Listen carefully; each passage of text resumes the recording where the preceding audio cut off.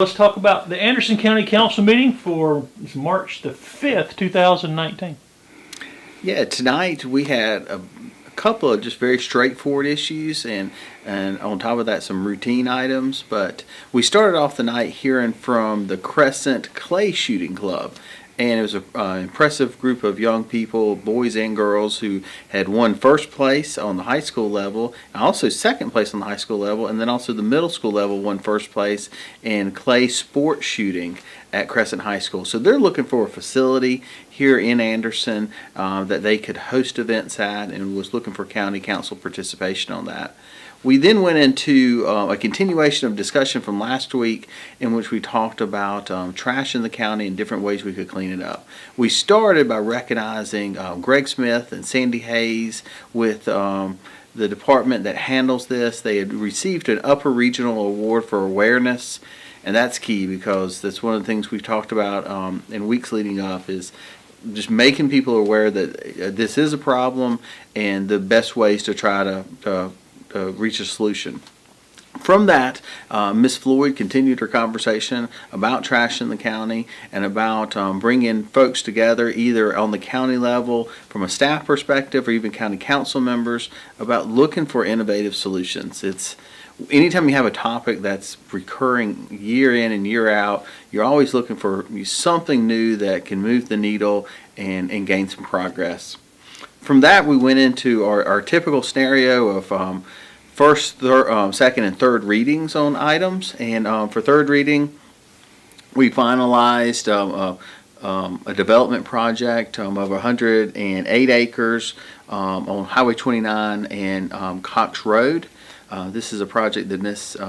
Wilson's been encouraged about and has been moving it forward and speaking favorably of it.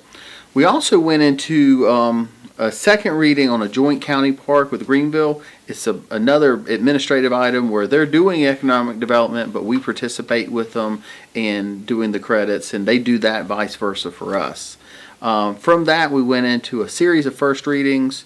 One was with a solar energy group that was looking to develop a piece of property. The second one was actually a company that we're allowing some infrastructure credits for them to come in and do a spec building. So one of the questions was like, why don't we do the spec building? And we've done that in the past and had great success, but we have to come out of pocket for it. We have to borrow the money and take the risk.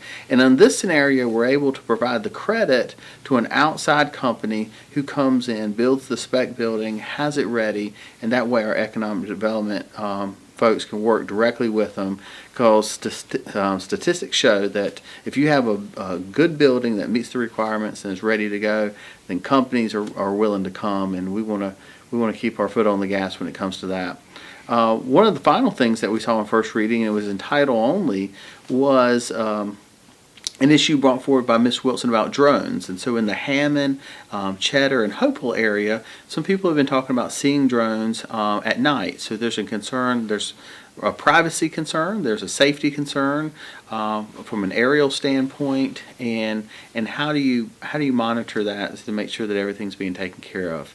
It was ultimately voted to take it to committee because there's some complicated areas with that, because you have federal guidance, you have state guidance, and then you also have local guidance. So anytime something gets a little bit complicated like that, we'd like to take it to committee so we can sort of hear from the experts from the county and from the different departments to make sure that if we are moving forward that we're doing something that doesn't have unintended consequences and ultimately allows us to fulfill our mission of what we're trying to accomplish. So with the complications with the FAA and the state, we're going to take that to committee and look at it in a little bit more depth. From that, we went into a couple of basic resolutions that really just upheld what we're trying to do in economic development. A lot of times you'll see a resolution mirror an economic development ordinance, and that's a procedural item that just shows support across the board.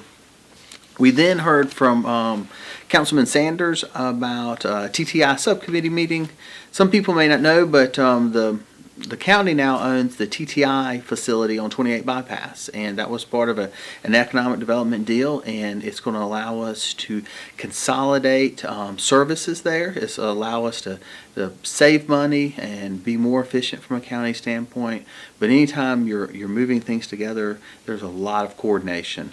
So this committee is looking at the best way to make that transition happen from the different departments and how that timeline lays out. Then we heard from the shop committee, which was Councilman Davis, and the shop is actually going to be on the TTI facility. But that's part of the consolidation to bring the machinery, the cars, the trucks, the maintenance of these items onto an updated facility. So from that, we went into executive session and we received legal advice in regards to Colonial Pipeline, which would be a large pipeline coming through the county affecting multiple districts. Ultimately, council decided to allow legal counsel to take us forward in that case to make sure that we protect the rights of the county and the landowners and the well-being. So with that, we finalized it with some appropriations for some local charities that were doing some upcoming events.